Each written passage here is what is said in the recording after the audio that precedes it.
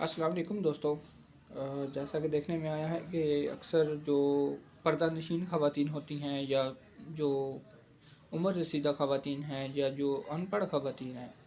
उनके साथ प्रॉपर्टी के रिलेटेड जो है वो उनके जो रिश्तेदार या आम लोग अक्सर औक़ात उनके साथ जो है वो धोखा फ्रॉड कर देते हैं। तो लाहौर हाई कोर्ट ने एक जो है वो जजमेंट पास की है, जिसमें उन्होंने जो 5 कंडीशंस हैं वो इम्पोज़ की हैं,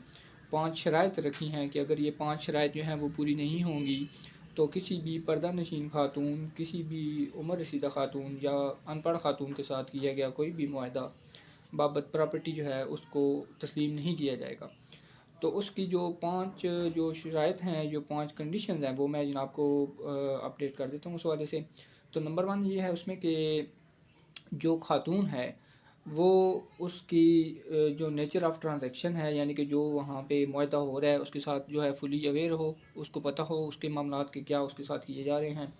सेकंड ये है कि उसका वो जो इंडिपेंडेंट एडवाइस है उसको वो एक मुयस्सर हो, यानी कि उसको कोई बंदा, कोई ऐसा रिलायबल सोर्स या पर्सन जो जिस पे उसको ट्रस्ट हो, वो उसे एडवाइस करने के लिए वहाँ पे मौजूद हो कि ये जो है आपके साथ ये मुआहदा किया जा रहा है। और थर्ड वन इसमें ये है कि जो उसके जो विटनेस हैं वो उसके क्लोज़ रिलेटिव हों,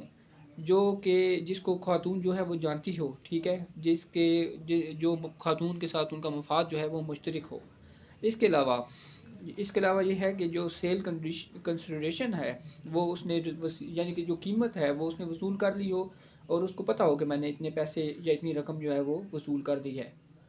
और जो पाँचवा इसमें पॉइंट है वो बहुत ज़रूरी है कि अगर खातून अनपढ़ हो तो उसको जो है वो ट्रांजैक्शन पढ़ कर सुनाई जाए और उसको मुकम्मल जो है उसका नॉलेज दिया जाए कि ये जो है मुआहदा है, और उसको ट्रांसलेट करके दिया जाए।